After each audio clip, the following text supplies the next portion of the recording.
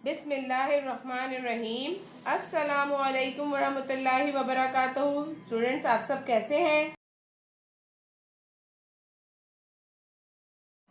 Students, ये आपके sensory card हैं। आइए पहले दुआ पढ़ते हैं। रब्बी जिदनी इल्मा, ऐ मेरे रब मेरे इल्म में इजाफा फरमा। आइए अब हम इस पे उंगली को फेरते हैं। ये कौन सा हर्फ है? काफ। कौन सा हर्फ है? काफ। काफ को कैसे लिखते हैं? आइए उंगली फेरें। पहले एक छोटा सा अलिफ बनाया और फिर बे की तरह, और उसके ऊपर एक डंडी। पहले छोटा सा अलिफ बनाया और फिर उसको बे की तरह बनाया और काफ के ऊपर एक डंडी।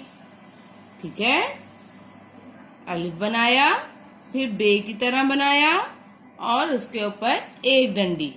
काफ। काफ। ये कौन सा हर्फ है? गाफ। गाफ।